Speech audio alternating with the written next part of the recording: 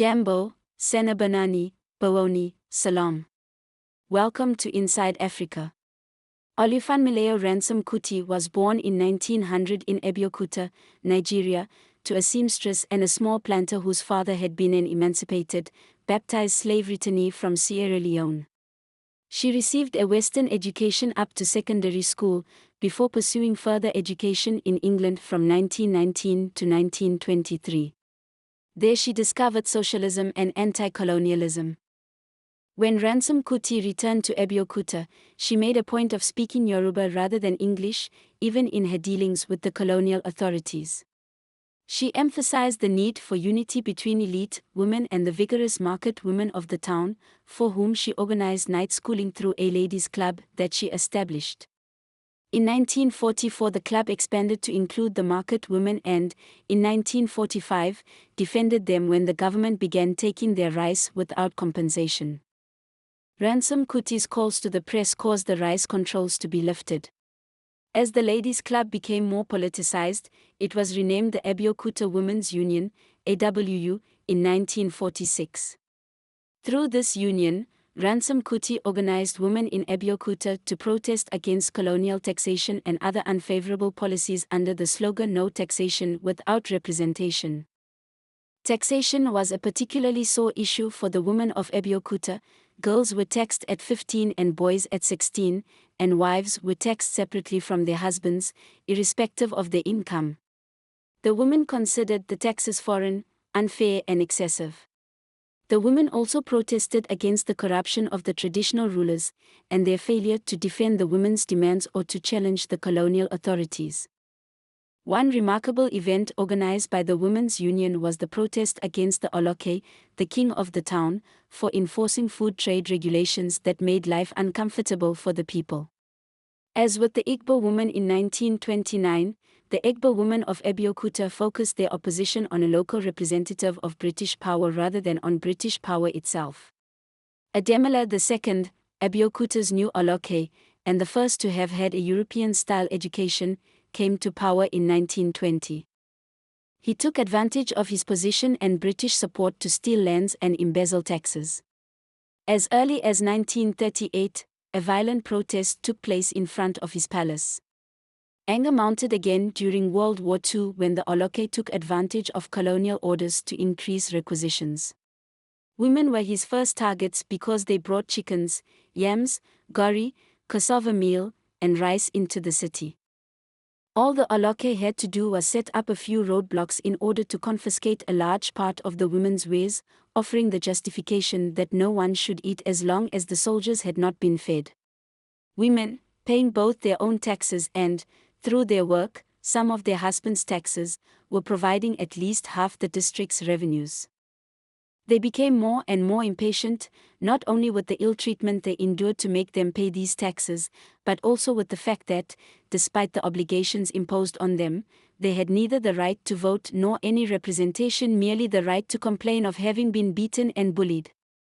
The women's protest was long and protracted. Ransome-Kuti is said to have led training sessions for their demonstrations, which they referred to as picnics or festivals as they were unable to get official permits.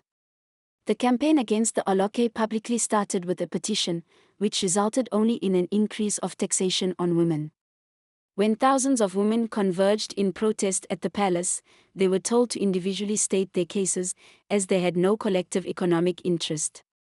Women were then put on trial as individuals for refusal to pay taxes. Using all means available, the AWU continued its activities and mobilization, with its leaders refusing to pay taxes as well. Ransome-Kuti was imprisoned in 1947 for this very reason, but the movement was not deterred and entered a radical phase, with increasing sit-ins, demonstrations and market closures, including using songs and the ridicule of male power.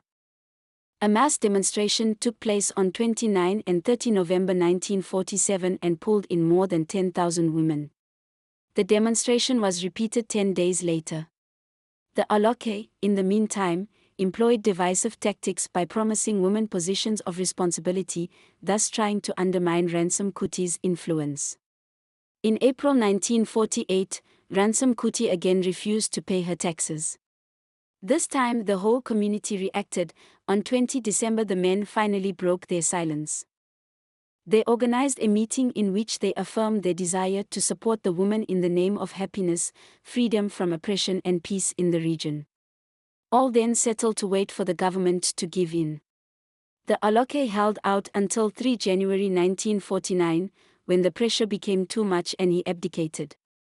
The tax on women was abolished, whereas the one on men was increased, and 4 women, including Ransome-Kuti, were named to a new interim council.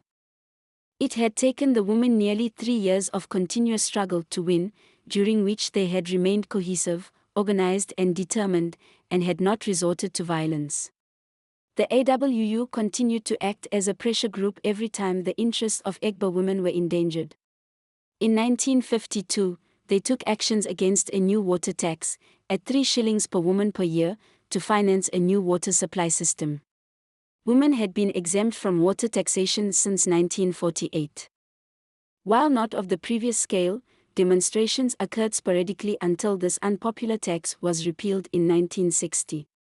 There were other disturbances in 1952 when the administration tried to bar the women of Abeokuta from holding their now annual demonstration to celebrate the anniversary of the overthrow of Ademila. The police drove them back with tear gas and arrested about 50 women. Ransome-Kuti managed to have the incident discussed by the British Parliament. Strengthened by its accomplishments, the AWU decided to expand into a trans-regional, trans-ethnic structure, and became the Nigerian Women's Union. Sections were created in many areas, including Kano to the north. Many of its members joined in the struggle for independence with political parties such as the Action Group or the National Council of Nigeria and the Cameroons, NCNC. An executive committee was organized to try to keep educated women and often illiterate businesswomen, including several market representatives, on the same footing. Soon the Nigerian Women's Union had 20,000 members. These activists were then able to mobilize 80,000 to 100,000 women.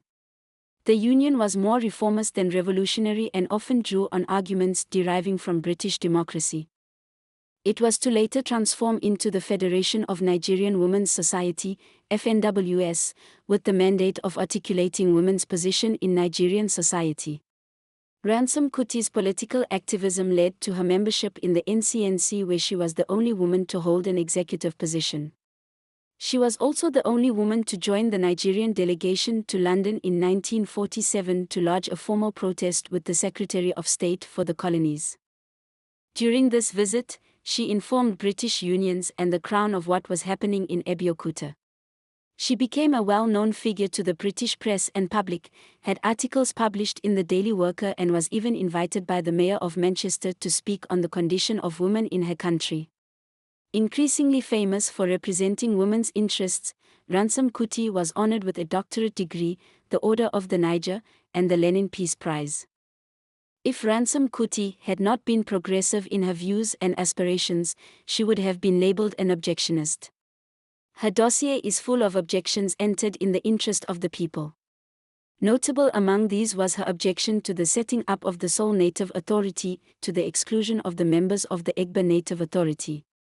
Ransome-Kuti has been described as an eloquent and compelling speaker who efficiently used expressive, idiomatic language and very sharp wit. She also extended support to Mrs. Margaret Ekpo, who had commenced an independent resistance to colonial policies in eastern Nigeria. In February 1978, Funmilayo Ransome-Kuti was thrown out of a window by Nigerian soldiers ransacking the home of her son, renowned Afrobeat musician and activist, Fela Aníkúlápó Kuti. She died of her injuries in April that year. Let us know what you think about FRK. Remember to like and subscribe. We are very close to 1,000 subscribers. This is Inside Africa.